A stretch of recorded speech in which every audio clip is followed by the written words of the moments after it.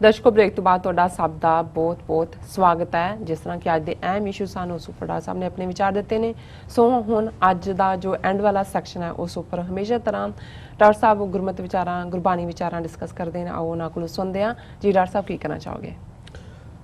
ਦੇਖੋ, ਅਸੀਂ ਵੀਰਵਾਰ ਦੇ ਪ੍ਰੋਗਰਾਮ 'ਚ ਪਿਛਲੇ ਕਾਫੀ ਅਰਸੇ ਤੋਂ ਭਗਤ ਨਾਮਦੇਵ ਜੀ ਦੀ ਬਾਣੀ ਦੇ ਜਿਹੜੇ 61 ਸ਼ਬਦ ਨੇ ਗੁਰੂ ਗ੍ਰੰਥ ਸਾਹਿਬ 'ਚ, ਭਗਤ ਨਾਮਦੇਵ ਜੀ ਬਹੁਤ ਵੱਡੇ ਫਕੀਰ, ਸੰਤ, ਮਹਾਂਪੁਰਖ ਹੋਏ ਨੇ। ਮਹਾਰਾਸ਼ਟਰ ਮੌਜੂਦਾ ਨਾਲ ਉਹਨਾਂ ਦਾ ਸੰਬੰਧ ਸੀ। ਉਹਨਾਂ ਦਾ ਪਿੰਡ ਅੱਜ ਦੀ ਮਹਾਰਾਸ਼ਟਰ ਰਿਆਸਤ ਦੇ ਵਿੱਚ ਪੈਂਦਾ। ਉਦੋਂ ਇਹ ਡਿਫਰੈਂਟ ਦੱਖਣ ਦਾ ਇਲਾਕਾ ਵੱਜਦਾ ਸੀ। ਦੱਖਣ ਦਾ ਵੱਡਾ ਹਿੱਸਾ ਜਿਹੜਾ ਉਹ ਕਈ ਸੂਬਿਆਂ ਦੇ ਵਿੱਚ ਉਹਨੂੰ ਵੰਡਿਆ ਗਿਆ ਜੀ।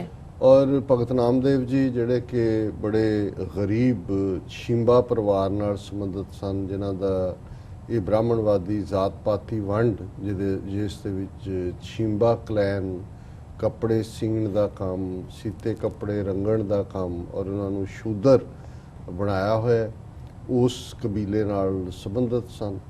ਔਰ ਕਾਫੀ ਅਰਸਾ ਉਹਨਾਂ ਨੇ ਪੰਜਾਬ ਦੇ ਵਿੱਚ ਵੀ ਗੁਜ਼ਾਰਿਆ, ਜਿੱਥੇ ਡਿਸਟ੍ਰਿਕਟ ਗੁਰਦਾਸਪੁਰ ਦੇ ਘੁੰਮਣਾ ਦੇ ਇਲਾਕੇ 'ਚ ਅੱਜ ਵੀ ਉਹਨਾਂ ਦੀ ਯਾਦ 'ਚ ਬੇਸ਼ੱਕ ਉਹ ਗੁਰਦੁਆਰਾ ਸਾਹਿਬ ਮਹਾਰਾਜਾ ਰਣਜੀਤ ਸਿੰਘ ਦੀ ਸੱਸ ਰਾਣੀ ਸਦਾ ਕੌਰ ਜਿਹੜੀ ਇਸ ਇਲਾਕੇ ਦੀ ਮਿਸਲਦਾਰ ਸੀ, ਉਸਨੇ ਗੁਰਦੁਆਰਾ ਬਣਾਇਆ ਸੀ। ਹੁਣ ਵੱਡਾ ਸਰੋਵਰ ਵੀ ਔਰ ਸਾਲਾਨਾ ਮੇਲਾ ਇੱਥੇ ਲੱਗਦਾ, ਲੱਖਾਂ ਦੀ ਗਿਣਤੀ 'ਚ ਲੋਕ ਇਕੱਠੇ ਹੁੰਦੇ ਨੇ। ਹੁਣ ਮਹਾਰਾਸ਼ਟਰ ਤੋਂ ਵੀ ਜਿਹੜੇ ਭਗਤ ਨਾਮਦੇਵ ਜੀ, ਜਿਨ੍ਹਾਂ ਨੇ ਮਰਾਠੀ ਜ਼ਬਾਨ ਦੇ ਵਿੱਚ ਵੀ ਬਹੁਤ ਰਚਨਾਵਾਂ ਉਹਨਾਂ ਦੀਆਂ ਅਵੇਲੇਬਲ ਨੇ, ਉਹ ਉੱਥੇ ਪਾਰਟਿਸਿਪੇਟ ਕਰਦੇ ਨੇ ਜੀ। ਔਰ ਸਾਨੂੰ ਖੁਸ਼ੀ ਹੈ ਕਿ ਅਸੀਂ ਅੱਜ ਜਿਹੜਾ ਭਗਤ ਨਾਮਦੇਵ ਜੀ ਦੀ ਬਾਣੀ ਦੇ 61ਵੇਂ ਸ਼ਬਦ ਨੂੰ ਵਿਚਾਰ ਅਧੀਨ ਲਿਆ ਰਹੇ। ਇਸ ਦੇ ਨਾਲ ਉਹਨਾਂ ਦਾ ਜਿਹੜੀ ਹੈ ਵਿਚਾਰ ਸਾਡੀ ਮੁਕੰਮਲ ਹੋ ਜਾਏਗੀ ਉਹਨਾਂ ਦੀ ਬਾਣੀ ਦੀ। ਫਿਰ ਅਸੀਂ ਦੇਖਦੇ ਹਾਂ ਕਿ ਹੋਰ ਕਿਹੜੇ ਭਗਤ ਜਨ ਦੀ ਬਾਣੀ ਅਸੀਂ ਅੱਗੋਂ ਚੁਣਨੀ। ਪਰ ਮੈਂ ਇਹ ਐਡਮਿਟ ਕਰਨਾ ਚਾਹੁੰਦਾ ਕਿ ਬੇਸ਼ੱਕ ਇਹ ਸੈਗਮੈਂਟ ਅਸੀਂ ਇਸ ਹਵਾਲੇ ਨਾਲ ਹੁੰਦਾ ਵੀ ਜਿਵੇਂ ਅਸੀਂ ਗਿਆਨ ਦੇ ਰਹੇ ਹੁੰਦੇ ਹਾਂ, ਪਰ ਮੇਰੇ ਲਈ ਵੀ ਗੁਰਬਾਣੀ ਨੂੰ ਸਮਝਣਾ, ਗੁਰਬਾਣੀ ਦੇ ਅਰਥਾਂ ਦੀ ਤਹਿ ਤੱਕ ਜਾਣਾ, ਜਾਂ ਜਿਹੜੀ ਖੂਬਸੂਰਤੀ ਇਸ ਕਲਾਮ ਦੇ ਵਿੱਚ ਲੁਕੀ ਹੋਈ ਹੈ ਭਗਤ ਬਾਣੀ ਦੇ ਵਿੱਚ, ਉਸ ਨੂੰ ਸਮਝਣ ਦਾ ਮੌਕਾ ਉਦੋਂ ਹੀ ਮਿਲਦਾ ਜਦੋਂ ਮੈਂ ਖੁਦ ਇਸ ਨੂੰ ਵਿਚਾਰ ਦੇ ਲਈ ਪੜ੍ਹਦਾ। ਵਿਚਾਰ ਸਾਂਝੇ ਕਰਨ ਤੋਂ ਪਹਿਲਾਂ ਮੈਂ ਆਪਣੇ ਆਪ ਨੂੰ ਸਮਝਣ ਦੀ ਕੋਸ਼ਿਸ਼ ਕਰਦਾ। ਔਰ ਕਿਵੇਂ ਭਗਤ ਜਨਾਂ ਨੇ, ਜਿੱਥੇ ਜਿਹੜੇ ਖਾਸ ਤੌਰ ਤੇ ਭਗਤ ਜਨ ਸ਼ੂਦਰ ਵਰਗ ਜਿਹੜਾ ਬ੍ਰਾਹਮਣਵਾਦੀਆਂ ਨੇ ਬਣਾਇਆ ਸੀ ਆਏ, ਉਹ ਸਪੀਡ ਨੂੰ ਵੀ ਸਹਿ ਰਹੇ ਸੀ, ਊਚ ਨੀਚ ਦੀ। ਇਹੀ ਕਾਰਨ ਹੈ ਕਿ ਉਹਨਾਂ ਦੀ ਬਾਣੀ ਚੋਂ ਇਹ ਗੱਲ ਬਾਰ-ਬਾਰ ਜਿਹੜੀ ਹੈ ਉਹ ਐਕਸਪ੍ਰੈਸ ਹੁੰਦੀ। ਭਗਤ ਨਾਮਦੇਵ ਜੀ ਨੇ ਤਾਂ ਸਿੱਧੇ ਤੌਰ ਤੇ ਹੀ ਕਿਹਾ, ਹੀਨੜੀ ਜਾਤ ਮੇਰੀ ਜਾਦਮ ਰਾਇਆ, ਛੀਪੇ ਕੇ ਜਨਮ ਕਾਹੇ ਕੋ ਆਇਆ। ਇਹ ਮੇਰੇ ਵਾਹਿਗੁਰੂ, ਮੈਨੂੰ ਕਿਉਂ ਇਸ ਘਟੀਆ ਜ਼ਾਤ ਦੇ ਵਿੱਚ ਪੈਦਾ ਕੀਤਾ? ਛਿੰਬਿਆਂ ਦੇ ਘਰ ਮੈਨੂੰ ਕਿਉਂ ਪੈਦਾ ਕੀਤਾ, ਬ੍ਰਾਹਮਣਾਂ ਦੇ ਕਿਉਂ ਨਹੀਂ? ਔਰ ਇਹ ਉਦੋਂ ਜਦੋਂ ਕਿ ਉਹਨਾਂ ਨੂੰ ਪੰਡਤਾਂ ਨੇ ਮੰਦਰ ਚੋਂ ਧੱਕੇ ਮਾਰ ਕੇ ਕੱਢ ਦਿੱਤਾ ਸੀ ਕਿ ਤੂੰ ਛਿੰਬਾ ਜ਼ਾਤ ਦਾ ਸ਼ੂਦਰ, ਤੂੰ ਮੰਦਰ ਦੇ ਅੰਦਰ ਬੈਠ ਕੇ ਜਿਹੜਾ ਉਹ ਰੱਬ ਨੂੰ ਯਾਦ ਨਹੀਂ ਕਰ ਸਕਦਾ। ਪਰ ਇਹ ਰੱਬ ਦੀ ਰਹਿਮਤ ਸੀ ਕਿ ਫਿਰ ਇਹੀ ਜਿਨ੍ਹਾਂ ਨੂੰ ਬ੍ਰਾਹਮਣ ਮੰਦਰ ਦੇ ਦਰਵਾਜ਼ੇ ਦੇ ਅੰਦਰ ਨਹੀਂ ਸੀ ਵੜਨ ਦਿੰਦਾ, ਉਹਨਾਂ ਦੀ ਬਾਣੀ ਅੱਜ ਕਰੋੜਾਂ ਸਿੱਖ ਦੁਨੀਆ ਭਰ ਦੇ ਵਿੱਚ ਜਦੋਂ ਅਸੀਂ ਗੁਰੂ ਗ੍ਰੰਥ ਸਾਹਿਬ ਦੇ ਅੱਗੇ ਸਿਰ ਝੁਕਾਉਂਦੇ ਹਾਂ ਤੇ ਗੁਰੂ ਸਾਹਿਬਾਨ ਦੀ ਬਾਣੀ ਨਹੀਂ ਹੈ, 6 ਗੁਰੂ ਸਾਹਿਬਾਨ ਦੀ, ਉਸ ਭਗਤ ਜਨਾਂ ਦੀ, ਪੱਟਾਂ ਦੀ, ਔਰ ਉਹ ਜਿਨ੍ਹਾਂ ਨੂੰ ਸ਼ੂਦਰ ਬਣਾਇਆ ਹੋਇਆ ਸੀ ਉਹਨਾਂ ਦੀ। ਔਰ ਇਸ ਸ਼ਬਦ ਦੇ ਵਿੱਚ ਵੀ ਪ੍ਰਭਾਤੀ ਰਾਗ ਦੇ ਵਿੱਚ ਸ਼ਬਦ ਹੈ ਔਰ ਭਗਤ ਜੀ ਫਰਮਾਉਂਦੇ ਨੇ, ਅਕਲ ਪੁਰਖ ਇੱਕ ਚਲਤ ਉਪਾਇਆ, ਘਟ ਘਟ ਅੰਤਰ ਬ੍ਰਹਮ ਲੁਕਾਇਆ, ਜੀ ਕੀ ਜੋਤ न जाने कोई, तै मैं किया सो मालूम हुई रहाओ, ज्यों प्रगास्या माटी कुंभेहो, आप ही करता बीठल देओ, जी का बंधन कर्म व्यापै, जो किछ किया सो आपै आपै, प्रणवत नाम दिओ, एहो जियो चितवै सो लह, अमर होए सद आकुल रह। जी रहाओ दी तुक ਜ਼ਾਹਰ है कि जी की जोत न जाने कोई, तैमै किया सो मालूम हुई।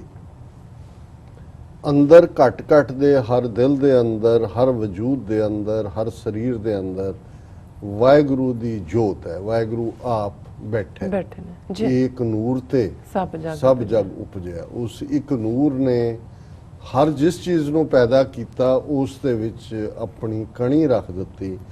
ਜੀ ਕੀ ਜੋਤ ਨਾ ਜਾਣੈ ਕੋਈ। ਪਰ ਇਸ ਸਾਰੇ ਦੀ ਆਇਰਨੀ ਆਫ ਦਾ ਸਿਚੁਏਸ਼ਨ ਇਹ ਹੈ ਕਿ ਉਹ ਜੋਤ ਅੰਦਰ ਹੈ ਪਰ ਇਸ ਨੂੰ ਕੋਈ ਨਹੀਂ ਜਾਣਦਾ। ਔਰ ਜਿਹੜੀ ਦੌੜ ਹੈ, ਤੈ ਮੈਂ ਕੀਆ ਸੋ ਮਾਲੂਮ ਹੋਈ। ਤੁਸੀਂ ਕੀ ਕੀਤਾ ਹੈ, ਮੈਂ ਕੀ ਕੀਤਾ ਹੈ, ਉਹਨੇ ਕੀ ਕਿਹਾ, ਇਹਨੇ ਕੀ ਕਿਹਾ, ਇਹਦਾ ਖਜ਼ਾਨਾ ਅਸੀਂ ਪੂਰਾ ਯਾਦਾਂ ਦਾ ਔਰ ਵਿਅੰਗ ਨੇ ਨਿੰਦਿਆ, ਕਿਨੇ ਮੇਰੇ ਨਾਲ ਕਦੋਂ ਕੀ ਕੀਤਾ, ਇਹ ਸਾਰਾ ਅਸੀਂ ਇਕੱਠਾ ਕਰਕੇ ਬੰਨਿਆ ਹੋਇਆ ਪੰਡ ਅੰਦਰ। ਲੇਕਿਨ ਜਿਹੜੀ ਜੋਤ ਵਾਹਿਗੁਰੂ ਦੀ ਸਾਡੇ ਅੰਦਰ ਹੈ, ਉਸ ਨੂੰ ਜਗਾਣਾ, ਉਸ ਨੂੰ ਸਮਝਣਾ, ਉਸ ਦੇ ਨੇੜੇ ਆਣਾ। ਸੋ ਪਹਿਲੀ ਗੱਲ ਤਾਂ ਭਗਤ ਜੀ ਨੇ ਇਹੀ ਰਹਾਉ ਰਾਹੀਂ ਕਹੀ ਕਿ ਇਸ ਤੋਂ ਵੱਧ ਕੇ ਹੋਰ ਕੀ ਬਦਕਿਸਮਤੀ ਹੋ ਸਕਦੀ ਹੈ ਕਿ ਜਿਹੜਾ ਤੁਹਾਡੇ ਨਾਲ ਬੈਠਾ ਹੈ, ਤੁਹਾਡੇ ਅੰਦਰ ਹੈ, ਜਿਹਨੇ ਤੁਹਾਡਾ ਵਜੂਦ ਰਚਿਆ, ਔਰ ਜਿਹਨੇ ਰਚਿਆ ਉਹਨੇ ਤਾਂ ਤਮਾਸ਼ਾ ਕਰਕੇ ਦੇਖਿਆ। ਔਰ ਇਹਦੀ ਸ਼ੁਰੂਆਤ ਹੀ ਸੀ ਅਕੁਲ ਪੁਰਖ ਇੱਕ ਚਲਤ ਉਪਾਇਆ। ਚਲਤ ਹੁੰਦਾ ਤਮਾਸ਼ਾ, ਅਕੁਲ। ਹੁਣ ਕਿਉਂਕਿ ਜਿਹੜੇ ਸ਼ੂਦਰ ਵਰਗ ਦੇ ਨਾਲ ਸੰਬੰਧਿਤ ਨੇ, ਉਹਨਾਂ ਨੂੰ ਹਰ ਪਲ ਪਿੰਚ ਕੀਤਾ ਜਾਂਦਾ ਹੈ, ਕਰਾਇਆ ਜਾਂਦਾ ਹੈ ਕਿ ਉਹ ਸ਼ੂਦਰ ਨੇ। ਔਰ ਇਹ ਕੁਲ ਨਾਲ ਜੁੜਿਆ ਹੁੰਦਾ ਹੈ ਕਿ ਬ੍ਰਾਹਮਣ ਕੁਲ ਹੈ, ਕਿ ਛਤਰੀਆ ਕੁਲ ਹੈ, ਵੈਸ਼ਿਆ ਕੁਲ ਹੈ, ਕਿ ਸ਼ੂਦਰ ਕੁਲ ਹੈ। ਤੇ ਭਗਤ ਜੀ ਨੇ ਰੱਬ ਦਾ ਨਾਂ ਹੀ ਅਕੁਲ ਪੁਰਖ ਰੱਖਿਆ ਕਿ ਉਹ ਪੁਰਖ ਉਹ ਹੋਂਦ ਜਿਹਦੀ ਕੋਈ ਕੁਲ ਨਹੀਂ ਹੈ। ਰੱਬ ਦੀ ਕੋਈ ਜ਼ਾਤ ਨਹੀਂ ਹੈ ਕਿ ਕੋਈ ਉਹ ਕਿਸੇ ਖਾਸ ਵਾਲਿਆਂ ਲਈ ਹੈ, ਉਹ ਸਭ ਲਈ ਹੈ। ਅਕੁਲ ਪੁਰਖ ਇੱਕ ਚਲਤ ਉਪਾਇਆ, ਉਸ ਨੇ ਇੱਕ ਤਮਾਸ਼ਾ ਕੀਤਾ। ਔਰ ਇਹੀ ਅਸੀਂ ਜਦੋਂ ਦੇਖਦੇ ਹਾਂ ਕਿ ਬਈ ਬਾਜ਼ੀਗਰ ਬਾਜ਼ੀ ਪਾਈ, ਸਭ ਖਲਕ ਤਮਾਸ਼ੇ ਆਈ, ਕਿ ਬਈ ਇਹ ਸਾਰੀ ਇਹ ਤਾਂ ਤਮਾਸ਼ਾ ਹੀ ਉਹਦਾ ਰਚਿਆ ਹੈ। ਤੇ ਤਮਾਸ਼ਾ ਇਹ ਹੈ ਕਿ ਜਿਹਦੇ 'ਚ ਉਹ ਬੈਠ ਗਿਆ ਉਹਨੂੰ ਨਜ਼ਰ ਹੀ ਨਹੀਂ ਆ ਰਿਹਾ ਕਿ ਬਈ ਉਹ ਉਹਦੇ ਵਿੱਚ ਬੈਠਾ। ਉਹ ਤਾਂ ਇਸ ਦੌੜ 'ਚ ਹੈ ਕਿ ਵੀ ਬਸ ਉਹ ਆਪਣੇ ਆਪ ਨੂੰ ਖੁਸ਼ ਕਰ ਰਿਹਾ। ਔਰ ਇਹ ਜਿਹੜਾ ਉਹਨੇ ਤੈ ਮੈਂ ਕੀਆ ਸਾ ਮਾਲੂਮ ਹੋਈ, ਉਹਨੂੰ ਉਹ ਮਾਲੂਮ ਹੀ ਆਪਣੇ ਔਰ ਦੂਜੇ ਦਾ। ਅਕੁਲ ਪੁਰਖ ਇੱਕ ਚਲਤ ਉਪਾਇਆ, ਜਿਹੜਾ ਉਹਦਾ ਤਮਾਸ਼ਾ ਹੈ ਉਹ ਕੀ ਹੈ? ਘਟ ਘਟ ਅੰਤਰ ਬ੍ਰਹਮ ਲੁਕਾਇਆ ਹੋਇਆ ਬੈਠਾ ਹੈ ਉਹਦੇ ਅੰਦਰ, ਪਰ ਲੁਕਿਆ। ਉਹਨੂੰ ਆਵਾਜ਼ ਮਾਰੋਗੇ ਤਾਂ ਬਾਹਰ ਆਏਗਾ। ਸਾਡੇ ਕੋਲ ਤਾਂ ਸਾਰੀ ਜ਼ਿੰਦਗੀ ਲੰਘ ਜਾਂਦੀ ਹੈ, ਇਸ ਗੱਲ ਦਾ ਵਕਤ ਹੀ ਨਹੀਂ ਹੁੰਦਾ ਵੀ ਅਸੀਂ ਉਸ ਨੂੰ ਆਵਾਜ਼ ਮਾਰ ਕੇ ਜਗਾਣਾ। ਫਿਰ ਭਗਤ ਜੀ ਫਰਮਾਉਂਦੇ ਨੇ ਜੋ ਪ੍ਰਗਾਸਿਆ ਮਾਟੀ ਕੁੰਭਿਓ, ਕੁੰਭ ਘੜੇ ਨੂੰ ਕਹਿੰਦੇ ਨੇ, ਕਿ ਫਿਰ ਸਮਝਾਇਆ ਕਿ ਵੀ ਜਿਵੇਂ ਮਿੱਟੀ ਹੁੰਦੀ ਹੈ ਉਹ ਵੀ ਘੜਾ, ਲੇਕਿਨ ਘੜਾ ਜਦੋਂ ਤੁਸੀਂ ਸਿਰਜ ਦਿੰਦੇ ਹੋ, ਘੜੇ ਦੇ ਵਿੱਚ ਸਾਰਾ ਪਾਣੀ ਭਰਿਆ ਹੁੰਦਾ, ਕਿ ਜਿਵੇਂ ਜਿਉਂ ਪ੍ਰਗਾਸਿਆ ਮਾਟੀ ਕੁੰਭਿਓ, ਕਿ ਉਹੀ ਮਿੱਟੀ ਜਦੋਂ ਘੜਾ ਬਣ ਜਾਂਦੀ ਹੈ ਉਸ ਦੇ ਵਿੱਚ ਕਿਵੇਂ ਜ਼ਿੰਦਗੀ ਰੁਮਕਦੀ ਹੈ, ਉਹਦੇ ਚ ਪਾਣੀ ਹੁੰਦਾ ਹੈ। ਆਪ ਹੀ ਕਰਤਾ ਬੀਠਲ ਦਿਓ, ਕਿ ਉਹ ਵਾਹਿਗੁਰੂ, ਕਿਉਂਕਿ ਮਰਾਠੀ ਜ਼ਬਾਨ ਦੇ ਵਿੱਚ ਭਗਤ ਨਾਮਦੇਵ ਜੀ ਨੇ ਬਾਰ-ਬਾਰ ਰੱਬ ਦੇ ਲਈ ਜਿਹੜਾ ਲਫ਼ਜ਼ ਇਸਤੇਮਾਲ ਕੀਤਾ ਉਹ ਬੀਠਲ ਹੈ। ਹਾਲਾਂਕਿ ਕਈਆਂ ਨੇ ਜਿਹੜੀ ਪਹਿਲੇ ਇੰਟਰਪ੍ਰੀਟੇਸ਼ਨ ਕਰਨ ਵਾਲੇ ਸੀ, ਉਹਨਾਂ ਨੇ ਕਹਾਣੀ ਵਿਸ਼ਨੂੰ ਜੀ ਦੀ ਜੋੜੀ ਕਿ ਨਾਮਦੇਵ ਜੀ ਜਿਹੜੇ ਨੇ ਉਹ ਯਾਦ ਕਰ ਰਹੇ ਨੇ, ਵਿਸ਼ਨੂੰ ਜੀ ਆਏ, ਉਹ ਆ ਕੇ ਉਹਨਾਂ ਕੋਲ ਕੋਈ ਦੇਣ ਨੂੰ ਨਹੀਂ ਸੀ ਕਿ ਕਿੱਥੇ ਬਿਠਾਣ, ਉਹਨਾਂ ਨੇ ਇੱਟ ਦਿੱਤੀ, ਉਹ ਇੱਟ ਤੇ ਹੀ ਬੈਠ ਗਏ। ਔਰ ਇਸ ਲਈ ਇੱਟ ਤੇ ਬੈਠਣ ਨੂੰ ਬੀਠਲ ਕਹਿੰਦੇ ਨੇ, ਕਿ ਉਹ ਰੱਬ ਜਿਹੜਾ ਇੱਟ ਦੇ ਉੱਤੇ ਬੈਠਾ।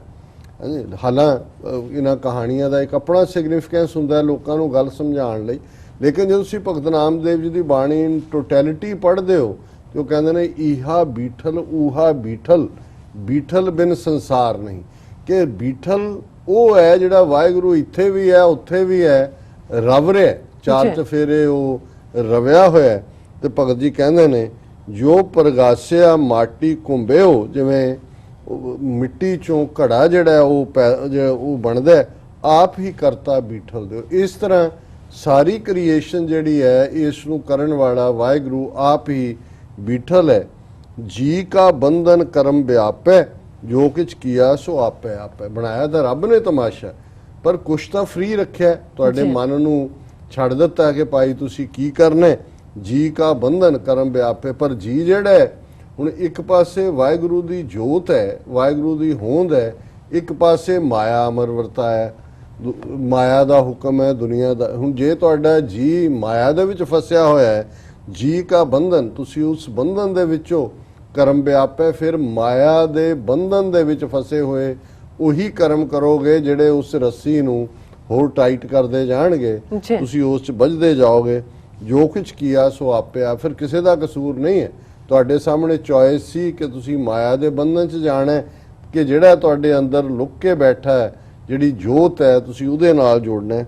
ਪ੍ਰਣਵਤ ਨਾਮ ਦਿਓ ਇਹੋ ਜਿਉ ਚਿਤਵੈ ਸੋ ਲਹਿ। ਇਹ ਇੱਕ ਬੜੀ ਇੰਪੋਰਟੈਂਟ ਗੱਲ ਜਿਹੜੀ ਮੈਨੂੰ ਅੱਜ ਸਮਝ ਆਈ ਜੀ ਕਿ ਇਹ ਤੁਹਾਡੀ ਇੱਕ ਮਾਈਂਡ ਦੀ ਫਰੀडम ਹੈ ਕਿ ਉਹਨੇ ਮਾਇਆ ਵਾਲੇ ਪਾਸੇ ਜਾ ਕੇ ਆਪਣਾ ਉਹ ਧਨ ਜਿਹੜਾ ਕਿ ਇੱਥੇ ਹੀ ਰਹਿ ਜਾਣਾ, ਬਿਲਕੁਲ ਉਹ ਇਕੱਠਾ ਕਰਨਾ ਹੈ, ਜਾਂ ਜਿਹਨੂੰ ਨਾਮ ਦੇ ਜੋ ਪ੍ਰਣਵਤ ਨਾਮ ਦੇ ਇਹੋ ਜਿਉ ਚਿਤਵੈ ਸੋ ਲੈ, ਕਿ ਜਿਹੜੀ ਗੱਲ ਮਨ ਨੇ ਚਿਤਵਣੀ ਹੈ, ਜਿਹੜੀ ਗੱਲ ਮਨ ਦੇ ਵਿੱਚ ਆਣੀ ਹੈ ਉਹੀ ਹੋਣੀ ਹੈ। ਜੀ ਜੇ ਤਾਂ ਮਨ ਨੇ ਇਸ ਨੂੰ ਇਕੱਠਾ ਕਰਨਾ ਹੈ ਤੇ ਫਿਰ ਇਹ ਉਹਦੀ ਮਰਜ਼ੀ, ਫਿਰ ਇੱਥੇ ਹੀ ਉਸ ਦੇ ਵਿੱਚ ਬੰਧਨ ਦੇ ਵਿੱਚ ਫਸਿਆ ਉੱਥੇ ਹੀ ਰਹੇਗਾ।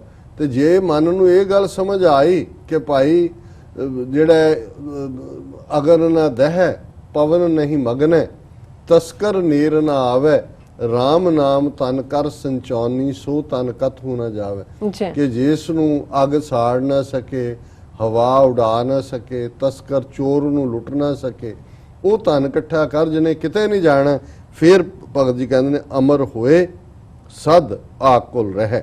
ਆਕੁਲ ਉਸ ਸਰਵ ਵਿਆਪਕ ਵਾਹਿਗੁਰੂ ਜੀ ਕਿ ਜਿਹਨੇ ਤਾਂ ਦੁਨੀਆਦਾਰੀ ਦਾ ਕੀਤਾ ਹੈ, ਉਹ ਤਾਂ ਜੋ ਕੁਝ ਕੀਆ ਸੋ ਆਪੇ ਫਿਰ ਆਪੇ ਹੀ ਉਹਦਾ ਜ਼ਿੰਮੇਵਾਰ ਹੋਏਗਾ ਉਸ ਬਿਲਕੁਲ। ਬੰਧਨਾਂ ਦਾ।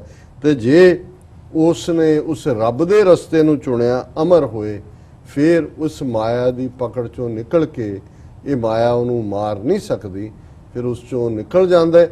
ਔਰ ਇਹ ਜੀਵਨ ਜਿਉਂਦਿਆਂ ਵੀ ਜਿਉਂ ਜਲ ਮੈਂ ਜਲ ਆਏ ਸਮਾਨਾ, ਤਿਉਂ ਜੋਤੀ ਸੰਗ ਜੋਤ ਸਮਾਨਾ। ਨੋ ਖਟਾਨਾ ਜਿਉਂ ਜਲ ਮੈਂ ਜਲ ਆਏ ਖਟਾਨਾ, ਤਿਉਂ ਜੋਤੀ ਸੰਗ ਜੋਤ ਸਮਾਨਾ।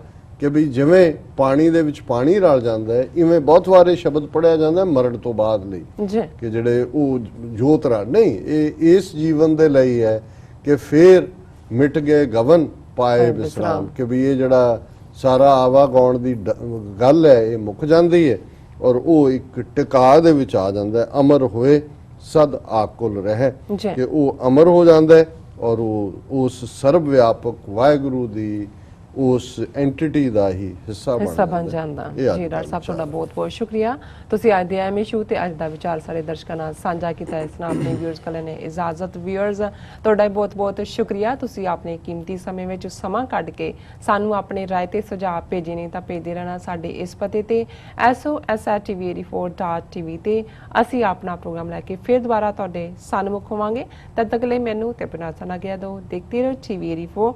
ਬੁਲਾ ਦਿਓ ਫਤਿਹ। ਵਾਹਿਗੁਰੂ ਜੀ ਕਾ ਖਾਲਸਾ, ਵਾਹਿਗੁਰੂ ਜੀ ਕੀ ਫਤਿਹ।